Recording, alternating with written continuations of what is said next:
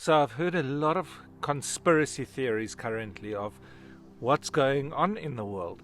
Some people believe it's the Illuminati, whoever they might be. Some people believe it's like the 1% of the wealthiest people that are playing a Hunger Games kind of game on us. And that prompted me to go have a look at what the Bible says about who's behind this.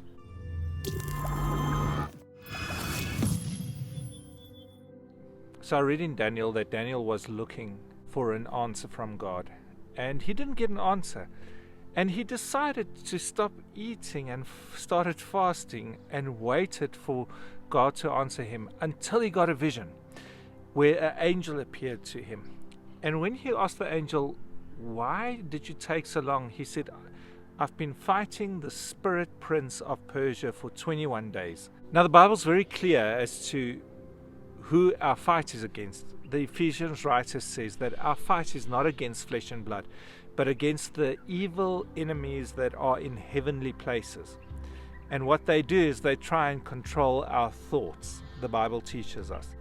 Now, we've also been taught is that you will know a tree by its fruit.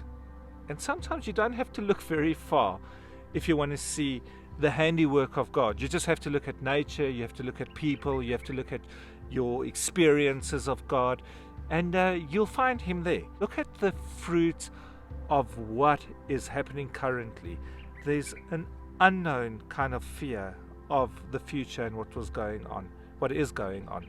There's also a paranoia, and then there's destruction. Now the Bible teaches us how to deal with thoughts that are not from God.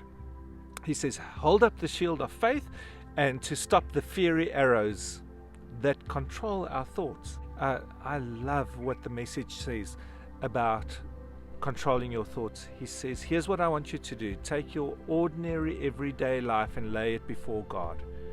He says, and then don't let this world squeeze you into its mold without even thinking. And if you truly want to know what God's will is, allow Him to change the way that you think. We don't have to wonder who sits behind all of these things. We know it's the evil one.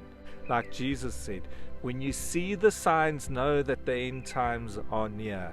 And He is going to go carry on as viciously as He possibly can to make sure that the short time that He has left on this earth, He can cause destruction.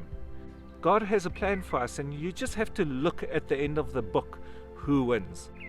And He's defeated. God wins. And with God on our side, like the Romans writer declares, he says, who can separate us from God?